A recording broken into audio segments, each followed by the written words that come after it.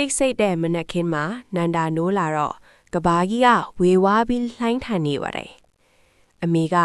သူ့ကိုအမြင်အာရုံတွေပြန်ကြည့်လင်စေတဲ့မျက်စိအလင်းရွာကိုခေါ်သွားတယ်။အဲ့ဒီမှာကျေနာတဲ့မျက်စိဆောင်းလျှောက်သူက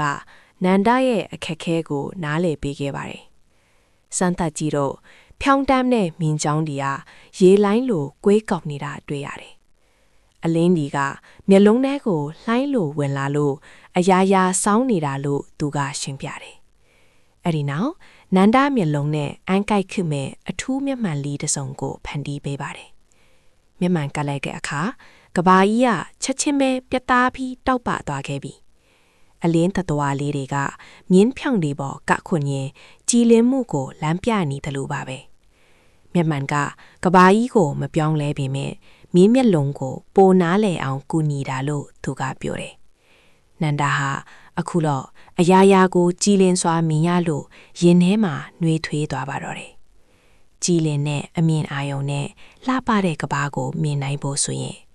ဖြူးမျိုးကကိုကြည်ဆိုပေါ်လဲမျက်မှန်ဆိုင်ကိုအရောက်လာခဲ့ဖို့ဖိတ်ခေါ်လိုက်ပါရစေ။